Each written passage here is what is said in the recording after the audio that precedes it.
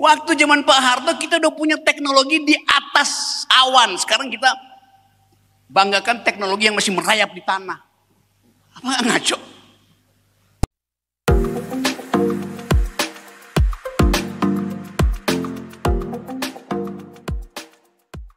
Oke, buat teman yang ada di depan. Iya, karena dia di depan saya sekarang. Berhadapan dalam pikiran. Betul, ada jalan tol, bagus buat bikers itu. Tetapi setiap pembangunan itu ada trade off. Satu waktu tengah malam jam 12.30, saya turun dari Gunung Rinjani ke desa Torean namanya untuk bawa peralatan naik gunung saya ke Sembalun. Saya nyewa mobil bak terbuka, saya duduk di depan. Saya mulai bertanya pada supir, apa kabar Pak? Udah jam 12 mestinya narik. Dia kenali suara saya tuh. Lalu Pak supir, oh ya kebetulan nih Pak Rocky, saya mau cerita itu. Silakan Pak cerita. Dia cerita begini, dalam 1 bulan supir angkot, supir bak terbuka itu, dia udah 6 kali membawa ibu hamil dari desa Torean ke arah kota kabupaten, pokoknya yang ada rumah sakit ibu dan anak itu. Terus dia bilang, dari 6 itu 2 melahirkan di mobil saya. Kenapa Pak? Karena saya mesti ngebut menuju jalan tol yang dibangun Jokowi. Tapi jalan dari desa Torean ke jalan bagus itu, yang tadinya 13 km itu, yang diaspal tinggal 1,3 km, maka dia ngebut di situ untuk dapat jalan dari para bikers ini. Dan 2 dari ibu hamil itu melahirkan di tengah jalan. Paradoks. Dia bilang bukan saya aja. Teman-teman saya juga begitu. Ada yang keguguran di jalan. Jadi demi mencapai jalan mulus, mobil bak terbuka itu mesti cepat-cepat, dan akibatnya potensi anak-anak Indonesia yang punya pikiran bagus, yang disebut sebagai generasi emas, hilang harapannya di mobil bak terbuka. Kenapa? Karena Jokowi memilih untuk membangun jalan tol, bukan jalan pikiran. Kalau dia punya jalan pikiran, dia akan bangun jalan-jalan desa dulu. Rusuknya nggak dibangun, punggungnya dibangun. Itu soalnya tuh. Jalan punggung buat oligarki. Jalan tol di Medan dibangun anggaran negara 3 triliun apa? Dijual 1, triliun. Karena kosong, akhirnya dijual. Saya ikut membayar itu, pajak saya dipakai buat bikin jalan tol 3 triliun yang harus saya bayar nanti sampai 20 tahun ke depan. Dijual 1,3 triliun. Sepertinya doang. Karena salah perencanaan, kosong jalan itu, maka mesti dijual. Jokowi memilih membangun jalan tol tanpa jalan pikiran. Itu soal kita. Dan banyak hal bisa kita terangkan dengan cara yang sama.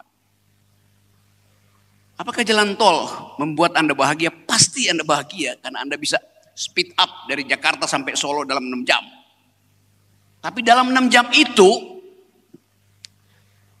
mak-mak yang nunggu warung di Brebes telur asin gak laku.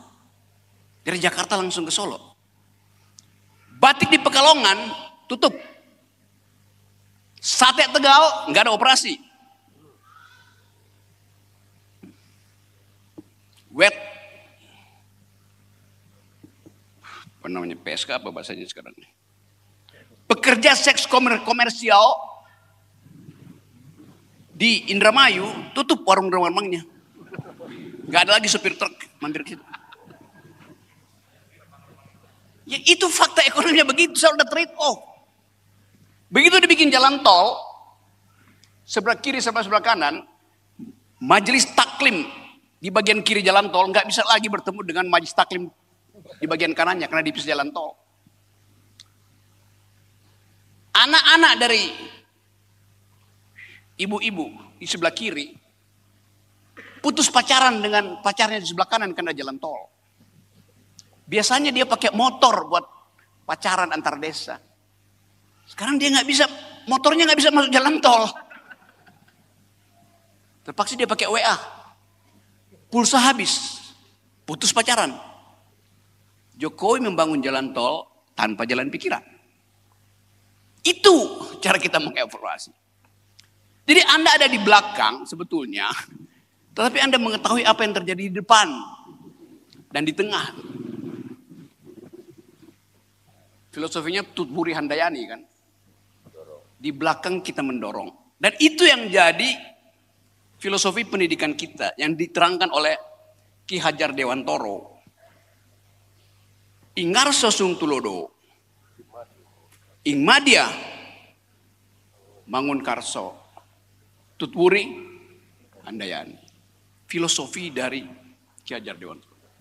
Jokowi balik itu. Ing ngarso sung korupsi, ing madya mangun dinasti, tutwuri cawe-cawe.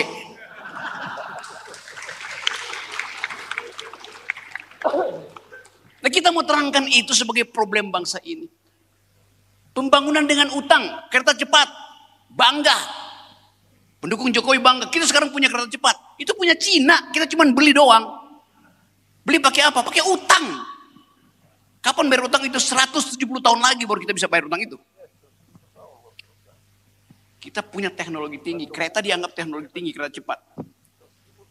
Baru di zaman Jokowi kita punya teknologi tinggi, kereta cepat. Di zaman Soeharto kita udah punya N258 yang dibangun di Nurtanio. Waktu zaman Pak Harto kita udah punya teknologi di atas awan. Sekarang kita banggakan teknologi yang masih merayap di tanah. Apa nggak ngaco? Habibie udah bikin pesawat terbang fly by wire. Yang kecanggihannya itu diakui dunia. Pesawat itu ilmunya ada di sayap dan itu dikuasai Habibie. Kalau mesin Rolls Royce, mesin apa aja bisa pasang di situ. Tetapi membuat sayap pesawat itu antara kecerdasan matematik dan kemampuan estetik. Kita udah punya itu capaian kita tertinggi adalah N258. Bukan kereta cepat yang punya Cina. Tapi karena digembar-gemborkan lewat post-truth, kita anggap itu hebat betul tuh.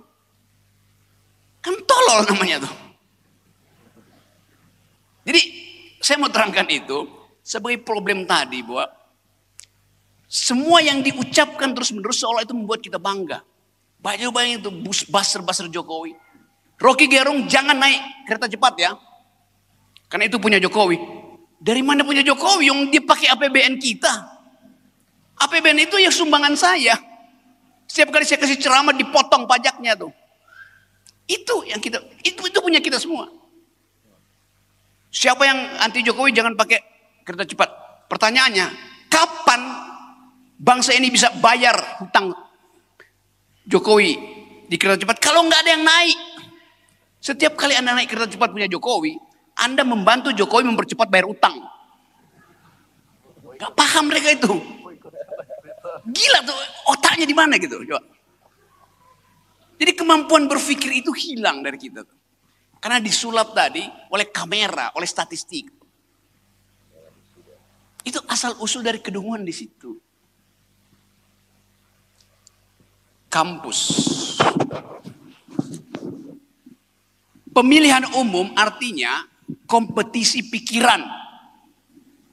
Kompetisi ide, kompetisi gagasan, kompetisi konsep. Di mana kompetisi itu diuji secara maksimal? Ya di kampus, karena kampus punya metodologi.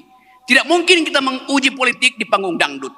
Hanya kampus yang mampu membatalkan kebohongan para politisi. Makasih. Tunggu.